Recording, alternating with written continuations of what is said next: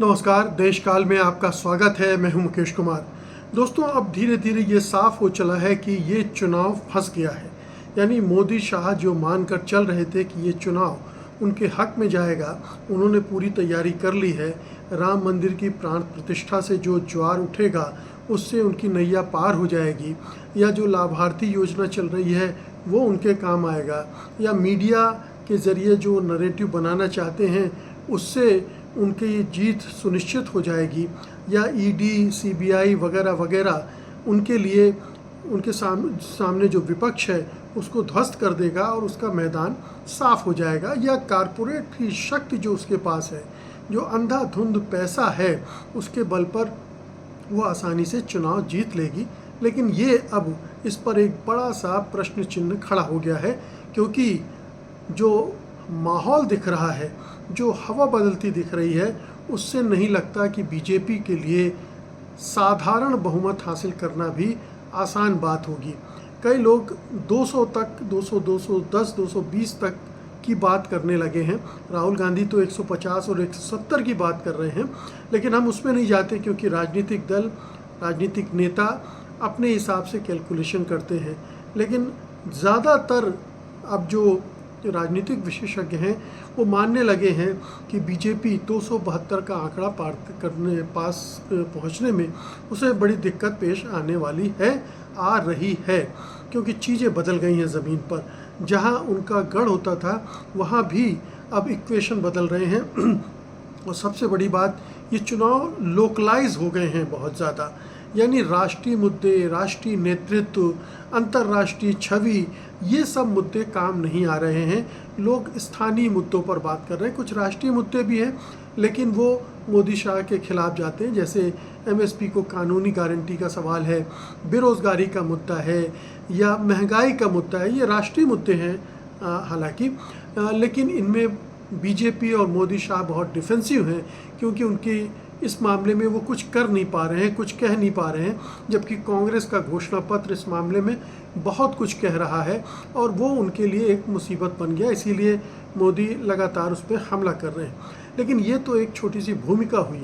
असल में मैं जो आपसे बात करना चाह रहा हूँ वो ये कि जो फ्लोटिंग वोट है, जो कि हर चुनाव में या एक दो चुनाव के बाद अपना मन बदल लेता है, अब सारे ध्यान उस पर लगा हुआ है। हम सब जानते हैं कि बीजेपी की जो कोर वोट है वो लगभग 18-20% के आसपास है। कांग्रेस का भी लगभग 18-20% के आसपास ही वोट है।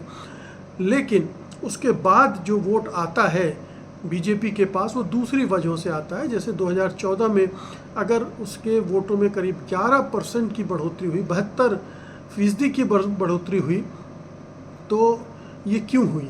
ये दरअसल इसलिए हुई कि उस समय की सरकार के खिलाफ एंटी इनकम्बेंसी थी, मोदी जी से उम्मीद थी, एक नया नेतृत्व था, वगैरह वगैरह, ये सब काम कर रहे थे। और सबसे बड़ी बात ये कि उन्होंने विकास का, एक गुजरात मॉडल का सपना दिखाया था और उसकी वजह से आकर्षित हुए थे।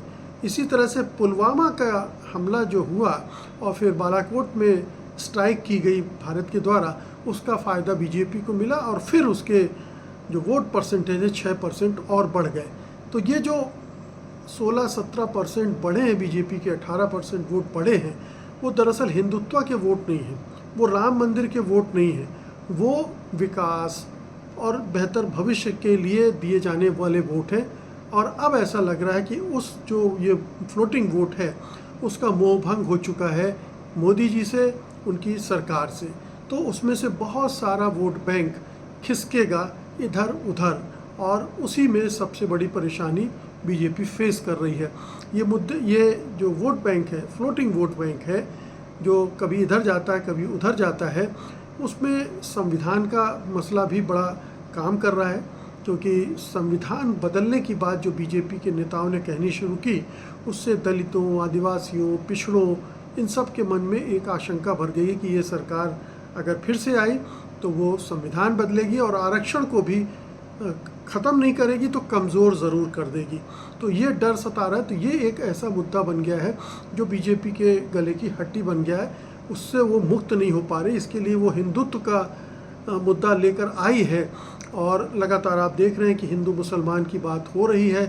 नए नए जुमले आ रहे हैं। हेट स्पीच उनकी पूरी इस स्ट्रेटजी का पार्ट बन गई है, चाहे वो खुद प्रधानमंत्री मोदी हो, अमित शाह हो, योगी आदित्यनाथ हो, अनुराग ठाकुर हो, इस तरह के तमाम नेता अब इस तरह की बयानबाजी करने लगे हैं।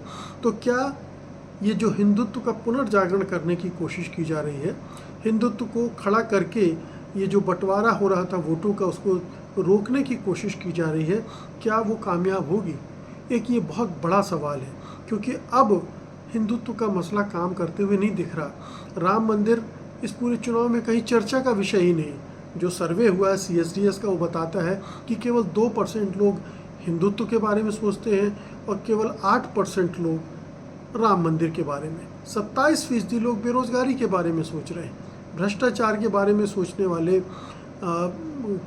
महंगाई के बारे में सोचने वाले, ये इनकी तादाद कहीं कहीं ज़्यादा है। तो अगर वो मुद्दे बन रहे हैं, उनके आधार पर वोटिंग हो रही है, तो मोदी जी का क्या होगा? 400 पार का नारा तो पहले ही ध्वस्त हो चुका है। अब बीजेपी और बीजेपी के नेता भी 400 की बात करना बंद कर चुके हैं। अब तो ये लग रहा है कि किसी तरह से 300 का आंकड़ा छू लिया जाए ताकि अपनी सरकार बन जाए। लेकिन क्या वो भी हो पाएगा? जिस तरह का माहौल बन रहा है, अगर चुनाव के बीच में कुछ और ना हो जाए पुलवामा टाइप का, तो बात दूसरी है। अदरवाइज़ ये लगातार जो माहौल बन रहा है वो बीजेपी के खिलाफ ही जा रहा है। एक एंटी इनकम्बेंसी जो अंदर ही अंदर थी, वो अब और उभर कर सामने आ रही है। नाराज़गी और बढ़ रही है और वो और परिलक्षित हो रही है। कम वोटिंग में भी इसके लक्षण दिख रहे हैं, और दूसरे तरह से भी, जैसे मोदी की सभाओं में अब वो जोश नहीं दिखता जिसमें मोदी मोदी के नारे लगते हों।